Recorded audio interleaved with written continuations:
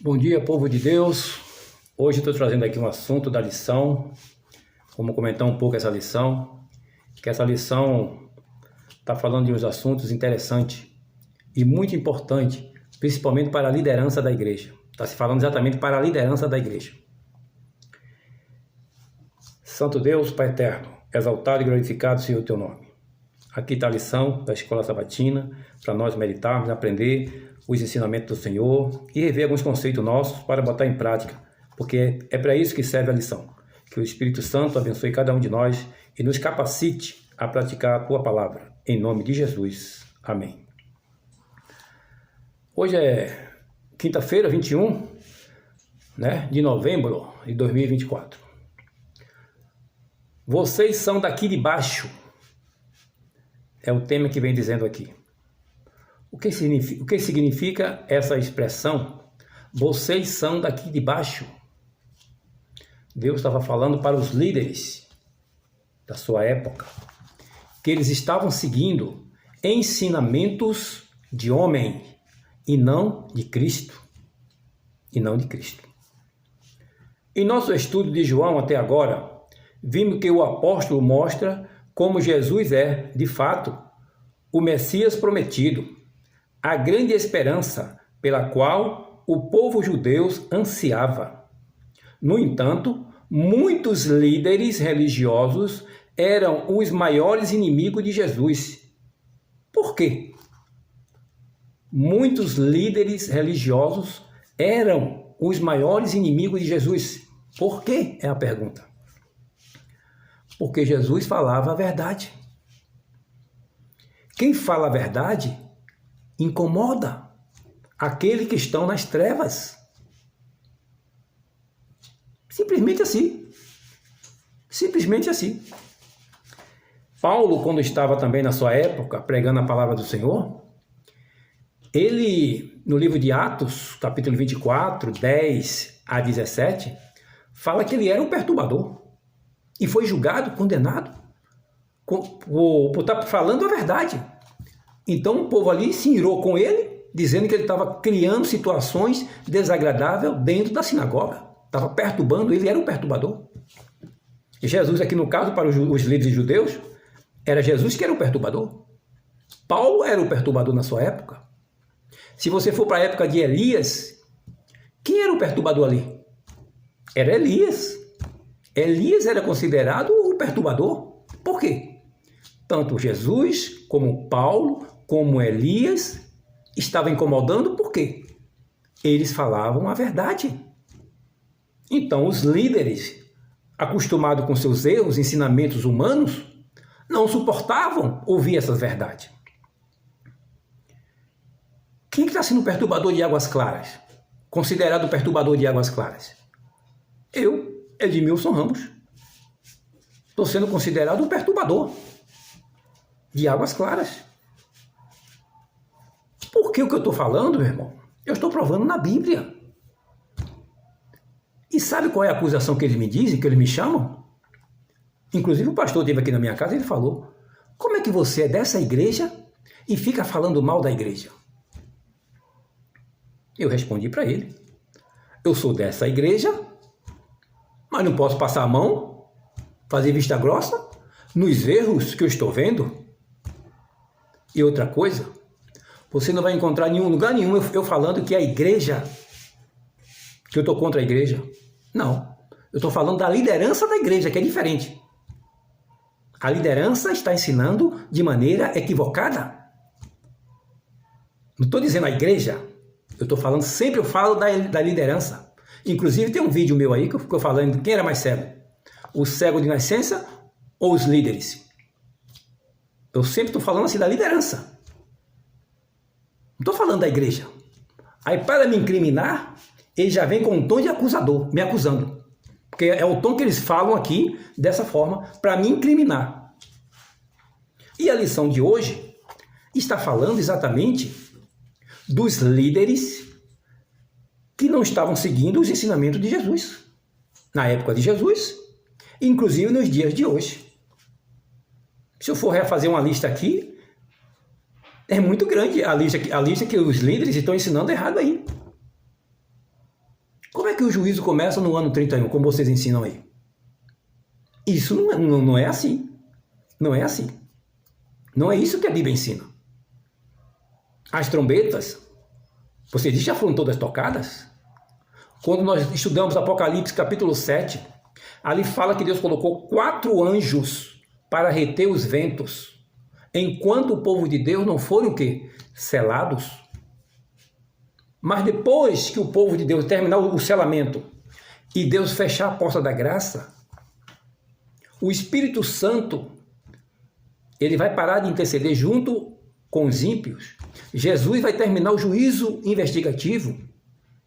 Ele vai encerrar a mensagem do terceiro anjo aqui na terra, vai ser encerrada. Então, os 4 anjos que estão ali no altar, que estão ali retendo os ventos, em Apocalipse 7, o que vão acontecer com esses 4 anjos? Eles vão ser soltos. Depois que Jesus fecha a porta da graça, esses 4 anjos que estão retendo os ventos, enquanto o povo de Deus forem selados, depois que forem selados, eles vão ser tirados, vão ser soltos. O que é que vai acontecer com a humanidade? Satanás e seus anjos vão se apossar da mente da humanidade, das pessoas que não têm a proteção divina, porque rejeitaram Jesus, rejeitaram a graça. Enquanto a porta da graça está aberta, tem salvação para todo mundo, mas depois que ele fechar a porta da graça, cessa-se o juízo, ele agora vai soltar os ventos. E Satanás vai fazer aquilo que ele mais deseja, destruir a terra. E Deus só vai permitir a terça parte de tudo que existe aqui na terra. É o que está escrito em Apocalipse, capítulo 8 e capítulo 9. Está na Bíblia, é o que está escrito. Esses assuntos ocorrem depois do fechamento da porta da graça. Mas esses assuntos vocês não querem falar. Aí coloca as trombetas para o passado. Isto não é correto, irmão. Isso não é correto perante o Espírito Santo. Tem outros ensinamentos aí também que não está de acordo, né? Não está de acordo com a palavra de Deus. E vocês sabem muito bem disso. Mas querem fazer vistas grossas. Porque há muito tempo já vem ensinando dessa forma. Então não tem condições de a pessoa ficar ensinando dessa forma errada. Porque Jesus não leva em conta o tempo da ignorância. Está no livro de Atos, capítulo 17, verso 30. Uma coisa que você não conhece é ser ignorante. Mas desde quando você conhece o que é certo, sabe o que é errado e quer praticar o errado para agradar homens, aí você está se prejudicando. Porque a lição aqui vai comentar que você está ensinando errado, você está se comprometendo a juízo e ensinando a outras pessoas também, enganando a outras pessoas também. Além de você estar ensinando errado, você está induzindo outras pessoas ao erro. Que quem faz dessa maneira será réu de juízo. Réu de juízo. A lição vai comentar aqui, eu vou ler aqui. Então, irmão, a gente tem que trabalhar certo, irmão. A gente tem que trabalhar correto, tem que ser honesto. Tem que admitir que quando errar, erramos. Inclusive, tá aqui, ó. A lição. Tá vendo aqui essa lição? Na página 16, a lição no dia 16 do mês de abril de 2024. Aqui tá falando aqui, ó. Tá falando aqui, ó. Lê aí nessa lição. Teólogos e cristãos estão rejeitando a Bíblia e seguindo ensinamentos de homens. Os líderes da lição, na TV Novo Tempo, eles pediram perdão. E Narivaldo, nosso irmão Narivaldo, me apresentou esse vídeo e apresentou esse vídeo a várias pessoas aqui na igreja. Os pastores da TV Novo Tempo, quem passa a lição da Escola Sabatina, eles todos reconheceram os erros e pediram perdão. Esse vídeo foi passado aí. É só buscar. Quer dizer, e nós aceitamos, nós aceitamos o perdão. Porque todos nós somos pacíficos de erros. Todos nós, inclusive a liderança. Ninguém é infalível. Todos nós erramos em algum ponto da vida. Agora, conforme a lição está falando, que as pessoas só têm uma piedade externa. Bom, a lição está falando aqui, uma piedade externa. Mas por dentro o coração é vingativo, condenativo, querendo destruir, querendo acabar com os outros. Só uma aparência externa de piedade, mas o coração sujo por dentro. Que cristianismo é esse? Sem graça, sem misericórdia, sem amor. Um evangelho do medo. Se você não seguir o que eu quero, você vai ser excluído. Isso é de Deus? É assim que Deus age? Então, no tempo do fim, quem serão os perturbadores? Olha, na época de Jesus, Jesus era o perturbador. Elias era o perturbador. No tempo do fim, quem serão os perturbadores? No livro Grande Conflito, página 590 e 591, fala que o povo de Deus, o remanescente do tempo do fim, serão considerados os perturbadores. Ou seja, todos que querem falar a verdade vão ser mal interpretados. Vão ser mal interpretados. Aí, irmão, cada um vai prestar conta a Deus do que estão plantando, né? Tem uma lei no livro de Gálatas 6, verso 7. Cada um vai colher aquilo que planta. Se vocês acham que estão corretos, sigam em frente. A lição diz mais. A lição diz mais. Leia João capítulo 8, de 12 a 30. Resuma a interação entre Jesus e esses líderes. Quais textos bíblicos ajudam a explicar porque muitas pessoas o rejeitaram? Não dá para ler os textos, mas para ganhar tempo aqui, você lê em casa aí, no livro de João, capítulo 8, verso 12 a 30. Lê em casa. Então, resumindo aqui, os líderes não conheciam Jesus. Eles eram daqui de baixo, ou seja, seguiam ensinamento de homem, né? E mais, Jesus disse que ele não veio para julgar, mas precisava julgar as más ações no tempo determinado, como está escrito no livro de Atos 17, verso 31. O tempo determinado é um tempo determinado por Deus para julgar todas as coisas. Não é na época que ele estava aqui, não. Ele não podia julgar, não. E mesmo depois que ele morreu, ele também não podia julgar ainda. Porque quando ele morreu, ele foi para a parte santa do santuário celestial. Ele só podia sair dali para julgar quando ele fosse para o Santíssimo, pelo tempo determinado que Deus marcou. Foi o tempo que ele saiu do lugar santo e foi para o Santíssimo. Daniel capítulo 7, verso 13, explica isso. Então esse julgamento aconteceu a partir de 1844. É isso que a Bíblia está dizendo? Não no ano 31. Então isso é ensinamentos errados, irmão. Vamos ser sinceros. Aquilo que eu ensinar errado, eu vou prestar conta a Deus. E aquilo que eu induzir os outros também ao erro, também vou prestar conta a Deus. Vamos, prestar conta a Deus se continuar se enganando. Jesus disse que aqueles homens não conheciam a ele e nem ao Pai. Está no livro de João 8,19. Eles deveriam conhecer ambos, mas enganavam a si mesmos. Estavam tão envolvidos em suas tradições e filosofias que, mesmo tendo Jesus diante deles, fazendo tudo o que ele fez e dizendo o que disse, trazendo revelações poderosas do Pai, ainda assim o rejeitaram. Veja que Jesus, mesmo falando a verdade, ele foi rejeitado. Então vocês têm a chance de fazer diferente dos líderes do passado, quando julgaram Jesus, Paulo e muitos outros que foram condenados por causa de orgulhos. Vocês podem fazer diferente, mas siga o que vocês querem fazer, porque eu sei que Jesus é justo e ele vai dar a sentença a cada um que merece.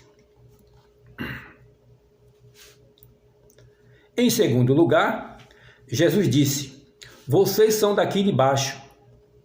Em outras palavras, por mais religiosos que fossem, eles não eram espirituais e piedosos, nem espirituais e nem piedosos. Tinham aparência de piedade, só aparência, mas não passava disso. Tinha piedade exterior, mas interiormente mas internamente eram incrédulos. Isso não era novidade. Deus havia dito que os israelitas o honravam apenas com sua boca e com seus lábios, mas o seu coração estava longe do Senhor. Isaías 29, verso 13. Essa ideia foi repetida por Jesus séculos mais tarde, quando disse: em vão me adoram, ensinando doutrinas que são preceitos humanos. Marcos 7, 7. Presta atenção que Jesus está falando aqui. Os ensinos e mandamentos humanos daqueles líderes religiosos eram deste mundo, ao contrário de Jesus, que afirmou que não era deste mundo. Quando fala que que os líderes eram daqui de baixo, porque ele estava ensinando ensinamentos do homem, mandamento de homem. E assim até hoje. Até hoje. Seja sincero diante do Espírito Santo e admitam isso, que está no espírito de profecia. A Bíblia também fala sobre isso. A lição da escola sabatina vem mostrando isso. Vem sempre mostrando erros. Eu não estou falando da igreja. Estamos falando aqui de liderança, que não está se enquadrando com a vontade de Cristo. Aí querem condenar o servo do Senhor? Com os acusadores que ficam inventando mentiras e não está provando nada? Siga a vontade de vocês, que eu estou em paz com Deus.